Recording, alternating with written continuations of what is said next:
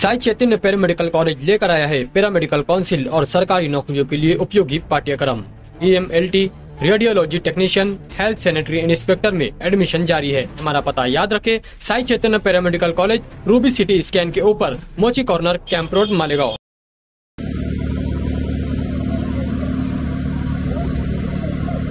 मालेगाव महापालिका क्षेत्रात वाढती लोकसंख्या, वाढती नववसाहत परिसर यांच्या तुलनेत शहरातील जनतेला पायाभूत सुविधा पुरवण्यात मनपा प्रशासन सपशेल अपयशी ठरलाय।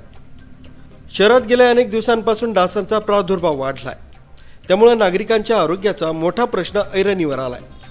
डासांमुळे मलेरिया, ताप आदी आजारांच्या रुग्णसंख्येत वाढ झाली।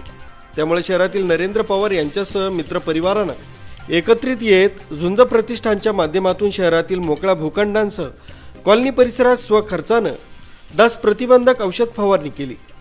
झुंज प्रतिष्ठाननं एक सामाजिक बांधिलकी जोपासली आहे।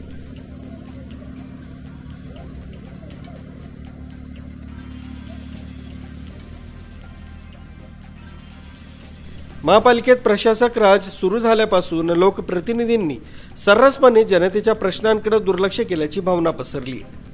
डासांचा वाढता प्रादुर्भाव लक्षात घेता नागरिकांनी अनेकदा मनपा प्रशासनाकडे तक्रार करून देखील दुर्लक्ष केलं जात असल्यामुळे सामाजिक बांधिलकी जोपासत झुंज प्रतिष्ठानचे नरेंद्र बापू पवार यांनी डास प्रतिबंधक फवारणी मोहीम स्वखर्चाने हाती घेतली। संपूर्ण परिसरात डास प्रतिबंधक औषधांची फवारणी करण्यात आली। या कामामुळे परिसरातील नागरिकांनी त्यांचे आभार मानले। News bureau Kasmade update, Malegaon.